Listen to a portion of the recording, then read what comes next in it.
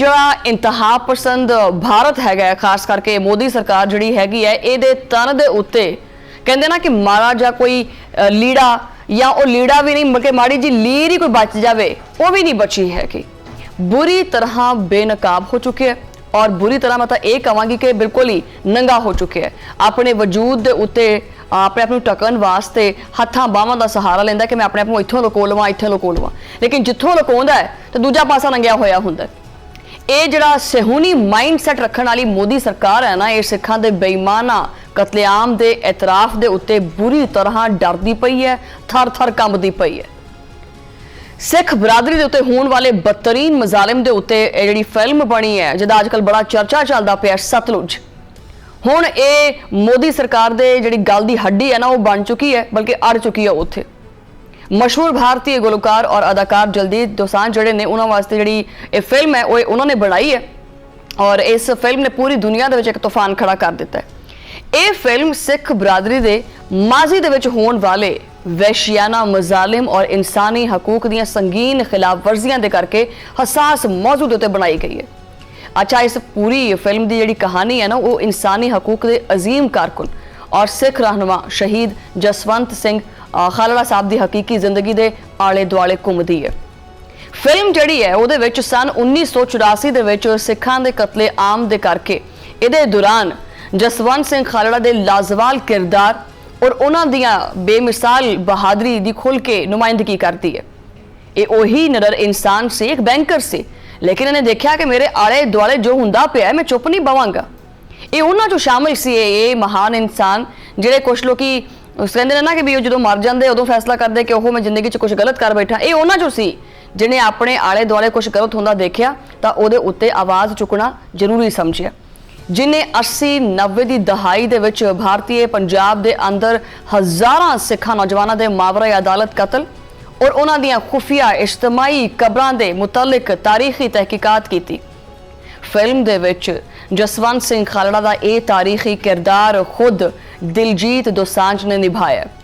अच्छा, ये उही जसवंत सिंह खालड़ा थे जिन्हां ने भारतीय पंजाब दे विच जबरी गुमशुदगियां और तकरीबन 25 तो 30 हज़ार का वैसे फिगर आंदा है, तकरीबन जिहड़ा रिकॉर्ड विच आ रहा 25,000 नामालूम सिखां दियां लाशां ने जिहड़ियां कि पुलिस दे वल्लों खुफिया तौर दे उत्ते साड़ियां गईयां। ये उहदे मामले की तहकीकात नूं बेनकाब करना सी जसवंत सिंह खालड़ा साहब ने। मोदी सरकार हुण इस सच तो इन्ना क डर गई है कि भी अज ये उन्हां दे जख्मां दे उत्ते मजीद जिहड़ा ना वो नमक पाउण दे उत्ते जुड़े हुए ने, ये पर्दा पाते पे है उन्होंने जख्मां के उत्ते। जसवंत सिंह खालड़ा नूं उन्हां दे इसी सच दे करके सन 1995 दे विच पुलिस की हिरासत के दौरान वैश्याना अंदाज दे विच अगवा करके ते शहीद कर दिता गया। हुण जदों ये सारे सच की कहानी सामने आन लगी है, जदों फिल्म बनी है, तो पहले तो मोदी ने इस फिल्म नूं बंद करे रखिया भी ये फिल्म नहीं चलनी। ये कोई फिल्म का नाम पहले कोई होर सी, उस तो बाद फिर उन्होंने पंजाब 95 रखिया, फिर उस तो बाद इन्होंने आखिया कि जी सतलुज कर लो, फिर ये सतलुज नाम रखिया। ये जिहड़ी फिल्म है इनू तो पहले 4 साल वैसे ही कैद च रखिया, ये फिल्म सिनेमा तक नहीं लगन दी। उस तो बाद फिर फैसला किया कि जनाब ये फिल्म जिहड़ी है किसी OTT प्लेटफॉर्म के उत्ते रिलीज़ कर देने ना, फिर उत्थे OTT प्लेटफॉर्म के उत्ते रिलीज़ होगी। उत्थे की होना सी, जिवें ही ये रिलीज़ हुई है 48 घंटिया के जो फिल्म ने किया ट्रेंड कि भी वो फिल्म तो हो गई बल्ले बल्ले, फिल्म तो सारे हकायक दस देते, वो हालांकि बहुत सारे कट्स भी लाए गए, लेकिन फिर भी 48 घंटिया के अंदर अंदर इस फिल्म नूं जिहड़ा ना वो इस OTT जिहड़ा प्लेटफॉर्म हैगा उहदे तो हटा दिता गया। भारत समेत दुनिया भर के सोशल मीडिया के उत्ते एक बहस जिहड़ी है ना वो इस मुद्दे के उत्ते छिड़ गई है कि मोदी सरकार फिल्मां बैन करके सिखां दे खून दे जिहड़े तब्बे ने वो मिटा सकदी है। जालिम मोदी सरकार जिहड़ी इस सेंसरशिप का जिहड़ा अंदाजा है तुसीं इस गल तो ला सकते हैं कि इस फिल्म नूं रिलीज़ तो पहले कई साल तक शदीद तरीन रुकावटां मुश्किलात का सामना भी करना पिया सी। इहदे विच कट्स किन्ने लाए ने 127 के लगभग, यानी तुसीं इदां समझो भी जिहड़ी असल जान जिहड़ी असल रूह सी जो कि जसवंत सिंह खालड़ा का किरदार सी वो सारा निचोड़ के बाहर कढ़ लिया कट्स के जरिए भी आ भी नहीं चलाना, आ भी नहीं चलाना, आ भी नहीं चलाना। पिछे बचा कि ਕੀ ਬਚਿਆ ਪਿੱਛੇ ਵੀ ਇਹ ਤਾਂ ਉਹੀ ਹਿਸਾਬ ਹੋ ਗਿਆ ਵੀ ਜਿੱਦਾਂ ਇੱਕ ਇਨਸਾਨ ਹੈਗਾ ਹੱਡੀਆਂ ਦਾ ਢਾਂਚਾ ਉੱਤੇ ਗੋਸ਼ਤ ਵੀ ਤੁਸੀਂ ਲਾ ਦਿਓ ਉਹਦੇ ਉੱਤੋਂ ਤੇ ਦਿਲ ਗੁਰਦਾ ਫੇਫੜਾ ਸਾਰਾ ਬਾਹਰ ਕੱਢ ਲਓ ਤੇ ਬੰਦੇ ਦਾ ਆਚਾਰ ਪਾਉਣਾ। ਇਹ ਉਹੀ ਫਿਲਮ ਸੀ ਇਦਾਂ ਕਰਕੇ। ਬਹਰਹਾਲ ਫਿਰ ਵੀ ਇਹਨੇ ਕਿਹਾ ਵੀ ਇਹ ਤਾਂ ਫਿਲਮ ਨਹੀਂ ਚੱਲ ਸਕਦੀ। ਜਸਵੰਤ ਸਿੰਘ ਖਾਲੜ ਦੀ ਜ਼ਿੰਦਗੀ ਦੇ ਉੱਤੇ ਬਣਨ ਵਾਲੀ ਇਸ ਫਿਲਮ ਦਾ ਨਾਮ ਪਹਿਲੇ ਘੱਲੂਘਾਰਾ ਸੀ, ਯਾਨੀ ਸਿੱਖਾਂ ਦਾ ਕਤਲੇਆਮ ਰੱਖਿਆ ਗਿਆ ਸੀ। ਲੇਕਿਨ ਸੈਂਸਰ ਬੋਰਡ ਦੇ ਦਬਾਅ 'ਚ ਵੇਖੋ ਜੀ ਇਹਨਾਂ ਤੇ ਇਹ ਨਾਮ ਤੋਂ ਵੀ ਡਰ ਕੇ ਫਿਰ ਉਹੀ ਗੱਲ ਕਿ ਪੰਜਾਬ 95 ਕਰਤਾ। ਇਹਦੇ ਬਾਵਜੂਦ ਮੁxtਲਿਫ ਸਿਆਸੀ ਵਜੂਹਾਤ ਦੱਸਦੇ ਕਿ ਵੀ ਆਹ ਮਾਮਲਾ ਹੈ ਤਾਂ ਕਰਕੇ ਜਿਹੜਾ ਨਾ ਉਹ ਇਹਨੂੰ ਲੰਬੇ ਅਰਸੇ ਤੱਕ ਐਵੇਂ ਖਾਮ ਖਾ ਦੇ ਵਿੱਚ ਜ਼ਬਰਦਸਤੀ ਫਿਲਮ ਨੂੰ ਰੋਕ ਕੇ ਰੱਖਿਆ। 7 ਫਰਵਰੀ 2025 ਨੂੰ ਜਦੋਂ ਇਸ ਫਿਲਮ ਨੂੰ ਬੈਨ ਅਲ-ਅਕਵਾਮੀ ਸਤ੍ਹਾ ਦੇ ਉੱਤੇ ਰਿਲੀਜ਼ ਕਰਨ ਦਾ ਐਲਾਨ ਕੀਤਾ ਗਿਆ ਤਾਂ ਇਹਦਾ ਇੱਕ ਆਫੀਸ਼ੀਅਲ ਜਿਹੜਾ ਟੀਜ਼ਰ ਹੈਗਾ ਉਹ ਵੀ ਜਾਰੀ ਕੀਤਾ ਗਿਆ। ਤਾਂ ਮੋਦੀ ਸਰਕਾਰ ਨੇ ਇੱਕ ਵਾਰੀ ਫਿਰ ਆਖਿਆ ਕਿ ਵੀ ਨਹੀਂ, ਰੁਕ ਦੋ ਇਹ ਮਾਮਲਾ, ਇਹ ਰਿਲੀਜ਼ ਮੁਲਤਵੀ ਕਰ ਦੋ। ਇਸ ਫਿਲਮ ਨੂੰ ਸਿਰਫ ਕਲੀਅਰੈਂਸ ਸਰਟੀਫਿਕੇਟ ਜਿਹੜਾ ਨਾ ਉਹ ਹਾਸਲ ਕਰਨ ਵਾਸਤੇ ਸੈਂਸਰ ਬੋਰਡ ਦੇ ਲਗਭਗ ਕੋਈ 3 ਸਾਲ ਤੱਕ ਦਾ ਜਿਹੜਾ ਨਾ ਉਹ ਇੰਤਜ਼ਾਰ ਕਰਨਾ ਪਿਆ, ਔਰ ਉਹ ਵੀ ਐਵੇਂ ਨਹੀਂ ਗੋਡਿਆਂ ਭਾਰ ਰਿੜ ਕੇ, ਜਿਸ ਤੋਂ ਬਾਅਦ ਇਹਦਾ ਨਾਮ ਸਤਲੁਜ ਰੱਖਿਆ ਗਿਆ। ਫਿਰ ਫਿਲਮ ਦੇ ਪ੍ਰੋਡਿਊਸਰ ਨੇ ਜਿਹੜਾ ਨਾ ਉਹ BBC ਨੂੰ ਇੰਟਰਵਿਊ ਦਿੱਤਾ ਔਰ ਆਖਿਆ ਕਿ ਜੀ ਮੋਦੀ ਸਰਕਾਰ ਦੇ ਫਾਸ਼ਿਜ਼ਮ ਦਾ ਜਿਹੜਾ ਕੱਚਾ ਛੱਟਾ ਹੈ ਨਾ ਉਸ ਤੋਂ ਵੱਧ ਕੇ ਕੀ ਹੋ ਸਕਦਾ ਹੈ ਕਿ ਉਹ ਫਿਲਮ ਨਾ ਚੱਲਣ ਦੇਣ। ਉਹਨਾਂ ਨੇ ਦੱਸਿਆ ਜਨਾਬ ਕਿ ਫਿਲਮ ਦੇ ਅੰਦਰ ਤਕਰੀਬਨ ਕੋਈ 21 ਜਿਹੜੇ ਕੱਟ ਨੇ ਨਾ ਉਹ ਲਾਏ ਗਏ, ਹੁਕਮ ਦਿੱਤਾ। ਲੇਕਿਨ ਜਿੱਦਾਂ ਹੀ ਇਹ ਮਾਮਲਾ ਮੋਦੀ ਹਕੂਮਤ ਦੇ ਦਬਾਅ ਤੋਂ ਅੱਗੇ ਵਧਿਆ ਤਾਂ ਕੱਟਸ ਵੀ ਹੌਲੀ ਹੌਲੀ ਵਧਦੇ ਗਏ, ਯਾਨੀ ਪਹਿਲੇ ਸ਼ੁਰੂ 'ਚ 21 ਕੱਟ ਸੀ, ਉਸ ਤੋਂ ਬਾਅਦ 120 ਕੱਟ ਹੋ ਗਏ। ਪ੍ਰੋਡਿਊਸਰ ਦਾ ਇਹ ਵੀ ਕਹਿਣਾ ਹੈ ਕਿ ਇਹ ਫਾਸ਼ਿਜ਼ਮ ਉਹਨਾਂ ਦੀ ਸਮਝ ਤੋਂ ਬਿਲਕੁਲ ਬਾਹਰ ਹੈ, ਕਿਉਂਕਿ ਇੰਨੇ ਕੱਟਾਂ ਤੋਂ ਬਾਅਦ ਕਿ ਜਿੰਦੇ ਵਿੱਚ ਸੈਂਸਰ ਬੋਰਡ ਨੇ ਕੋਈ ਵੀ ਕਾਨੂੰਨੀ ਵਜ੍ਹਾ ਤੱਕ ਵੀ ਨਹੀਂ ਦੱਸੀ ਹੈਗੀ, ਕੋਈ ਜਵਾਬ ਵੀ ਨਹੀਂ ਬਣਦਾ ਹੈਗਾ। ਤਾਂ ਇਸ ਫਿਲਮ ਤੋਂ ਪਹਿਲੇ ਵੀ ਸਹੂਨੀ ਹੱਥਕੰਡਿਆਂ ਦਾ ਉਹਨੇ ਕਿਹਾ ਵੀ ਅਸੀਂ ਸ਼ਿਕਾਰ ਹੋ ਚੁੱਕੇ ਹਾਂ, ਪਹਿਲੇ ਸਾਡੇ ਨਾਲ ਪਹਿਲੇ ਵੀ ਉਹ ਚੀਜ਼ ਕੀਤੀ ਗਈ ਹੈ।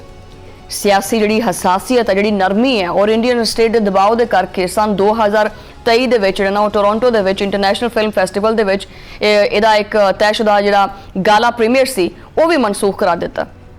ਮੋਦੀ ਸਰਕਾਰ ਨੇ ਹਰ ਉਹ ਯਤਨ ਕੀਤਾ ਹੈ ਕਿ ਜਿਹਦੇ ਕਰਕੇ ਸਿੱਖਾਂ ਦੀ ਨਸਲਕੁਸ਼ੀ ਦਾ ਜਿਹੜਾ ਸੱਚ ਹੈ ਨਾ ਉਹ ਦੁਨੀਆ ਦੇ ਸਾਹਮਣੇ ਆਉਣ ਤੋਂ ਰੋਕਿਆ ਜਾ ਸਕੇ। ਲੇਕਿਨ ਕਹਿੰਦੇ ਨੇ ਨਾ ਕਿ ਸੱਚ ਜਿਹੜਾ ਹੈ ਨਾ ਉਹਨੂੰ ਜਿੰਨਾ ਤੁਸੀਂ ਦਬਾਉਂਦੇ ਹੈ, ਨੱਪਣ ਦੀ ਕੋਸ਼ਿਸ਼ ਕਰਦੇ ਹੈ, ਉਹ ਓਨਾ ਉਭਰ ਕੇ ਉੱਤੇ ਆਉਂਦਾ, ਉਹ ਓਨਾ ਆਉਂਦਾ ਨੁਮਾਇਆ ਹੋ ਕੇ। ਫਿਲਮ ਨੂੰ ਭਾਰਤ ਦੇ ਅੰਦਰ ਜਿਹੜਾ ਨਾ ਉਹ ਜਿਹੜਾ OTT ਪਲੇਟਫਾਰਮ ਹੈਗਾ ਉਹਦੇ ਤੋਂ ਹਟਾ ਦਿੱਤਾ ਗਿਆ ਔਰ ਆਲਮੀ ਸਤ੍ਹਾ ਦੇ ਉੱਤੇ ਬੜੀ ਇਹਨੂੰ ਫਿਲਮ ਨੂੰ ਕਾਫੀ ਗੈਰ ਮਾਮੂਲੀ ਜਿਹੜੀ ਮਕਬੂਲੀਅਤ ਹੈ ਉਹ ਹਾਸਲ ਹੁੰਦੀ ਪਈ ਹੈ।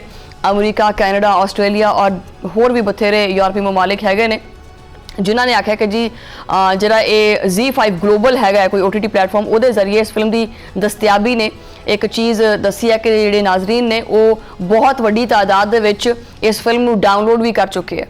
ਹੁਣ ਇਹ ਫਿਲਮ ਜਿਹੜੀ ਹੈ ਨਾ ਉਹ ਦੁਨੀਆ ਦੇ ਕੋਨੇ-ਕੋਨੇ ਵਿੱਚ ਦੇਖੀ ਜਾ ਰਹੀ ਹੈ। ਇੰਡੀਅਨ ਸੈਂਸਰਸ਼ਿਪ ਦੇ ਇਸ ਵਹਿਸ਼ਿਆਨਾ ਵਾਰ ਦੇ ਉੱਤੇ ਖੁਦ ਦਿਲਜੀਤ ਦੋਸਾਂਝ ਨੇ ਵੀ ਸੋਸ਼ਲ ਮੀਡੀਆ ਦੇ ਉੱਤੇ ਇੱਕ ਕਰਾਰਾ ਔਰ ਤਿੱਖਾ ਰੱਦ-ਅਮਲ ਵੀ ਦਿੱਤਾ ਹੈ। ਉਹਨਾਂ ਨੇ ਮੋਦੀ ਸਰਕਾਰ ਨੂੰ ਲਲਕਾਰਦੇ ਹੋਏ ਆਖਿਆ ਕਿ ਮੈਨੂੰ ਤਾਂ ਹੁਣ ਕੋਈ ਫਿਕਰ ਨਹੀਂ ਹੈਗੀ, ਕਿਉਂਕਿ ਦੁਨੀਆ ਭਰ ਦੇ ਲੋਕ ਉਹਨੇ ਆਖਿਆ ਵੀ ਇਸ ਫਿਲਮ ਨੂੰ ਡਾਊਨਲੋਡ ਕਰ ਚੁੱਕੇ ਹੈ। ਇੱਕ ਵਾਰੀ ਫਿਲਮ ਰਿਲੀਜ਼ ਹੋ ਜਾਵੇਗੀ ਤਾਂ ਦੁਨੀਆ ਦੀ ਕੋਈ ਤਾਕਤ ਇਹਨੂੰ ਖਤਮ ਨਹੀਂ ਕਰ ਸਕਦੀ। ਦਿਲਜੀਤ ਦੋਸਾਂਝ ਨੇ ਮਜ਼ੀਦ ਇਹ ਚੀਜ਼ ਆਖੀ ਹੈ ਕਿ ਉਹਨਾਂ ਨੂੰ ਸਿਰਫ ਪਹਿਲੇ ਦਿਨ ਤਸ਼ਵੀਸ਼ ਸੀ ਕਿ ਇਹ ਫਿਲਮ ਪਤਾ ਨਹੀਂ ਚੱਲੇਗੀ ਵੀ ਜਾਂ ਨਹੀਂ ਚੱਲੇਗੀ, ਕਿ ਵੀ ਮੈਂ ਤਾਂ ਸ਼ੁਰੂ ਤੋਂ ਇਸ ਚੀਜ਼ ਸੋਚਦਾ ਸੀ ਕਿ ਵੀ ਫਿਲਮ ਚੱਲਣ ਵੀ ਦੇਣਗੇ ਜਾਂ ਨਹੀਂ ਚੱਲਣ ਦੇਣਗੇ। ਲੇਕਿਨ ਇਸ ਗੱਲ ਦੇ ਨਾਲ ਕੋਈ ਫਰਕ ਨਹੀਂ ਪੈਂਦਾ ਕਿ ਮੋਦੀ ਸਰਕਾਰ ਇਹਨੂੰ ਦੁਬਾਰਾ ਕਦੋਂ ਰਿਲੀਜ਼ ਕਰਨ ਦੀ ਇਜਾਜ਼ਤ ਦਿੰਦੀ ਹੈ। ਉਹੀ ਗੱਲ ਕਿ ਇਹਨਾਂ ਦੇ ਬਕਾਲ ਲੋਕ ਫਿਲਮ ਦੇਖ ਵੀ ਚੁੱਕੇ ਹੈ ਤੇ ਆਪਦੇ ਕੋਲੇ ਸੇਵ ਵੀ ਕਰ ਚੁੱਕੇ ਹੈ, ਠੀਕ ਹੈ। ਤਾਂ ਇਸ ਵਾਸਤੇ ਇਸ ਸੱਚ ਨੂੰ ਤਾਰੀਖ ਦੇ ਪੰਨਿਆਂ ਦੇ ਕਰਕੇ ਤੁਸੀਂ ਮਿਟਾ ਨਹੀਂ ਸਕਦੇ। ਇਹ ਜਿਹੜਾ ਬਿਆਨ ਹੈ ਇਸ ਵੇਲੇ ਸੋਸ਼ਲ ਮੀਡੀਆ ਦੇ ਉੱਤੇ ਅੱਗ ਤਰ੍ਹਾਂ ਫੈਲਦਾ ਪਿਆ। ਆਲਮੀ ਮੁਬਸਰੀਨ ਔਰ ਸੋਸ਼ਲ ਮੀਡੀਆ ਸਾਰਫੀਨ ਇਹਨੂੰ ਇਸ ਡਿਜੀਟਲ ਦੌਰ ਦੇ ਵਿੱਚ ਮੋਦੀ ਸਰਕਾਰ ਦੀ ਜਿਹੜੀ ਸੈਂਸਰਸ਼ਿਪ ਹੈ ਔਰ ਸੱਚ ਨੂੰ ਦਬਾਉਣ ਦੀ ਫਾਸ਼ਿਸਟ ਜਿਹੜੀ ਕੋਸ਼ਿਸ਼ ਹੈਗੀ ਹੈ ਉਹਦੇ ਉੱਤੇ ਇੱਕ ਜ਼ੋਰਦਾਰ ਚਪੇੜ ਵੀ ਦਿੰਦੇ ਪਏ ਹੈ। ਹੋਰ ਵੀ ਜਿਹੜੇ ਸਾਰਫੀਨ ਨੇ ਉਹਨਾਂ ਦਾ ਕਹਿਣਾ ਹੈ ਕਿ ਡਿਜੀਟਲ ਦੌਰ ਦੇ ਵਿੱਚ ਇੱਕ ਵਾਰੀ ਜਿਹੜਾ ਮਵਾਦ ਆਵਾਮ ਤੱਕ ਪਹੁੰਚ ਜਾਂਦਾ ਹੈ ਨਾ ਤਾਂ ਫਿਰ ਉਹ ਕੱਚੀ ਲੱਸੀ ਤਰ੍ਹਾਂ ਵਧੀ ਜਾਂਦਾ ਹੈ, ਉਹ ਰੁਕਦਾ ਨਹੀਂ ਹੈਗਾ, ਠੀਕ ਹੈ। ਤਾਂ ਇਹਨੂੰ ਤੁਸੀਂ ਬੰਦੂਕ ਦੇ ਜ਼ੋਰ ਦੇ ਉੱਤੇ ਮਿਟਾ ਨਹੀਂ ਸਕਦੇ। ਮੋਦੀ ਹਕੂਮਤ ਦੇ ਦਬਾਅ ਦੇ ਉੱਤੇ ਆ ਕੇ ਕੋਈ ਗੋਡੇ ਨਹੀਂ ਟੇਕ ਸਕਦਾ। ਨਾ ਮੈਨੂੰ ਇੱਥੇ ਮੈਂ ਇਹ ਸਵਾਲ ਕਰਦੀ ਹਾਂ, ਨਾ ਮੈਨੂੰ ਇਸ ਗੱਲ ਦੀ ਸਮਝ ਨਹੀਂ ਆਉਂਦੀ ਕਿ ਵੀ ਆ ਜਿਹੜੀ ਇਹਨਾਂ ਨੇ ਫਿਲਮ ਬਣਾਈ ਸੀ, ਕੀ ਮੈਂ ਇਹਦੇ ਉੱਤੇ ਵੈਸੇ ਗੱਲ ਕਰਾਂ, ਜਿਹੜੀ ਧੁਰਿੰਦਰ ਮੂਵੀ ਬਣਾਈ ਸੀ, ਇਸ ਫਿਲਮ ਦੇ ਵਿੱਚ ਇਹਨਾਂ ਨੇ ਪਾਕਿਸਤਾਨ ਦੇ ਖਿਲਾਫ ਕਿੰਨਾ ਪ੍ਰੋਪੇਗੈਂਡਾ ਕੀਤਾ ਨਾ। ਉਸ ਫਿਲਮ ਤੋਂ ਇਹਨਾਂ ਨੇ ਜਿਹੜਾ ਨਾ ਬੈਨ ਨਹੀਂ ਕੀਤਾ ਹੈਗਾ, ਤੇ ਜਿਹੜੀ ਇਹਨਾਂ ਦੇ ਅੰਦਰ ਦੇ ਸੱਚ ਨੂੰ ਬੇਨਕਾਬ ਕਰਦੀ ਹੈ ਤੇ ਉਹਨੂੰ ਜਿਹੜਾ ਇਹਨਾਂ ਨੇ ਜਿਹੜਾ ਨਾ OTT ਪਲੇਟਫਾਰਮ ਤੋਂ ਵੀ ਹਟਾ ਦਿੱਤਾ ਹੈ ਔਰ ਦੁਨੀਆ ਨੂੰ ਦਿਖਾਉਣਾ ਨਹੀਂ ਚਾਹੁੰਦੇ ਹੈਗੇ। ਬਹਰਹਾਲ ਸਿੱਖ ਰਹਿਨੁਮਾਵਾਂ ਨੇ ਵੀ ਇਹ ਦਾਅਵਾ ਕੀਤਾ ਕਿ ਦਿਲਜੀਤ ਦੋਸਾਂਝ ਨੇ ਇਸ ਫਿਲਮ ਦੇ ਜ਼ਰੀਏ ਸਿੱਖਾਂ ਦਾ ਪੂਰਾ ਤਾਰੀਖੀ ਜਿਹੜਾ ਬਿਆਨੀਆ ਹੈ ਉਹ ਮਸਤ ਕੀਤਾ ਹੈ। ਕਿਸੇ ਦੀ ਕੁਛ ਰਾਏ ਹੈ, ਕਿਸੇ ਦੀ ਕੁਛ ਰਾਏ ਹੈਗੀ ਹੈ, ਇਹ ਆਪਾਂ ਉਹਨਾਂ ਦੇ ਮੂੰਹ ਹੀ ਸੁਣਾਂਗੇ ਵੈਸੇ ਕਿ ਉਹ ਇਸ ਫਿਲਮ ਦੇ ਬਾਰੇ ਚ ਕੀ ਕਹਿੰਦੇ ਆ।